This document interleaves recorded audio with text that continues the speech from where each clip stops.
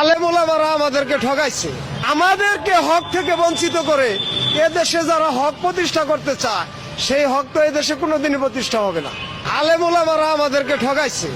ওই আল্লামা মামুনুল হক বলেন, ওই মিজানুর রহমান আজহারি বলেন, এরা আমাদেরকে ঠকাইছে। কিভাবে জানেন?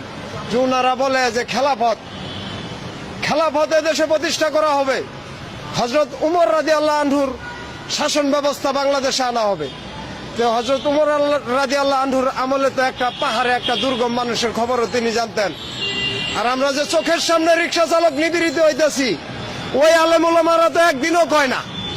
আমাদেরকে হক থেকে বঞ্চিত করে এদেশে যারা হক প্রতিষ্ঠা করতে চায় সেই হক তো এদেশে কোনোদিনই প্রতিষ্ঠা হবে না।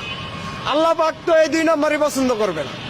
আলেম ওলামাদের দায়িত্ব ছিল যে আমরা রিক্সা চালক, আমাদের 60-70 বছর বয়স, আমাদের মানবাধিকার কি, আমাদের উপরে কি হক আছে, এই দেশে ইসলামের কি হক আছে আমাদের কাছে, আমরা এই রাষ্ট্রের কি হক পাই, এটা আমাদের চাইতে ওই আলেম ওলামারা ভালো জানে। কিন্তু ওনারা আমাদেরকে সিস্টেমে ঠকাইতে আছে।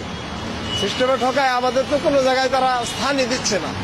দালাভাবে ডাকতেছে, রিক্সাওয়ালার পোশাক দেন শরীরে, তারা কি কোনো সমাজে যায় দাঁড়াইতে পারে?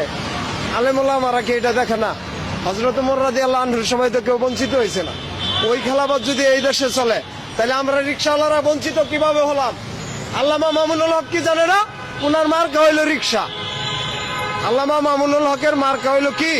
রিক্সা। তো এই রিক্সার চালক যে দুরবস্থা, এটা কি উনি জানে না? উনি আজ পর্যন্ত কোন একটা ওয়াজে বলছে যে আমাদের দেশে 70, 75, 80 বছর বয়স্ক একটা রিক্সা চালক, তাদের মানের অধিকার কি? আল্লাহ প্রদত্ত ভূমির কি অধিকার তারা পাইছে? তারা কি বলবে না?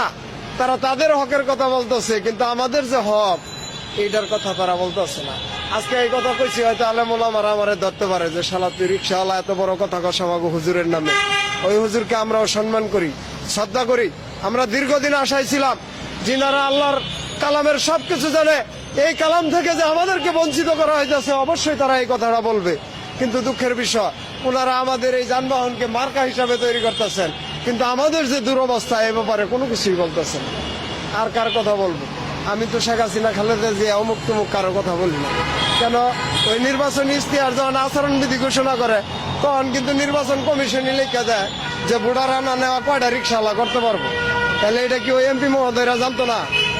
তারাও জানতো। তো সবাই মিলে একটা জাতিকে ঠকাইতেছে। আমি একলা বলে কি এটার পার করতে পারবো? তারপরও আমার যতটুকু সম্ভব আমি বলতেই থাকবো।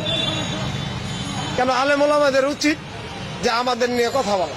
আমরা হক বঞ্চিত, আমরা মৌলিক অধিকার বঞ্চিত, মানব অধিকার বঞ্চিত, রাষ্ট্রীয় সেবা বঞ্চিত, সমস্ত সুযোগ থেকে বঞ্চিত, কিন্তু তারা আমাদের কথা বলে না।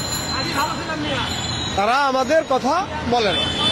এখন আমার কথা হইল, আমি আপনাদের মাধ্যমে কথাগুলো জাতির সামনে তুলে ধরতে চাই। আমি কারো উপরে অভিযোগ করতে চাই না, আমি কাউকে দোষারোপ করতে চাই না। যেহেতু দেশ নতুন ভাবে স্বাধীন হয়েছে, এই নতুন দেশ, নতুন স্বাধীনতা সবাই সমানভাবে ভোগ করবে। আমাদেরকে বাদ দেওয়ার যে পায়তারা করা হইতেছে, আশা করি জাতির সামনে এই পায়তারা দেশবাসী মেনে নেবে না। যেহেতু আমরা তাদের দুর্যোগের পাশে থাকি, সমস্ত দুর্যোগে আমরা তাদের পাশে ছিলাম। এই যে করোনার মধ্যে যে দুর্যোগটা ছিল, বাবার লাশ পোলায় ধরতে চাইছে না, আমরা কিন্তু হাসপাতালে নিয়ে গেছি। ওই নিউরো সায়েন্স আগারগাঁও, ওই মুগদা মেডিকেল, ওইসব জায়গায় কিন্তু আমরা নমুনা নিয়ে গেছি। আমরা কিন্তু ডরাই না। জাতির এই যে বৃষ্টিতে তলায় যায়, আমরা ছাড়া কিন্তু কোনো ভরসা থাকে না। আমরা জাতির দুর্যোগে থাকি। অবশ্যই এই দেশবাসী আমাদেরকে বিপদগামী করবে না, কখনোই আমাদের দাবিগুলো পিছনে ঠেলবে। শেষ বার্তা কি আলেম ওলামাদের কাছে? তারা যদি এই রাষ্ট্র গঠন করতে চায় কি ভূমিকা রাখা উচিত?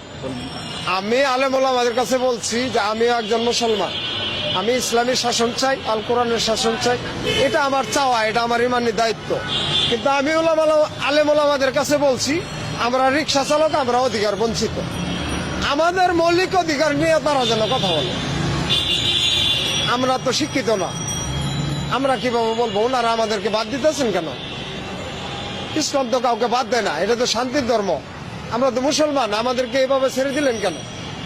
এই যে রিক্সা চালকদের মধ্যে যে কি অবস্থা, আপনি জানেন না? আমাদের নাম কোনো ব্যাংকে নামই নাই, কোনো ব্যাংকে আমাদের নামই নাই, আমরা বিশ্বের কাছে দেনা। তো হুজুরেরা কি এইসব বিষয়টা জানে না? হুজুররা কি এই পলিসিটা আমাদের সামনে কোনোদিন তুলে ধরছে?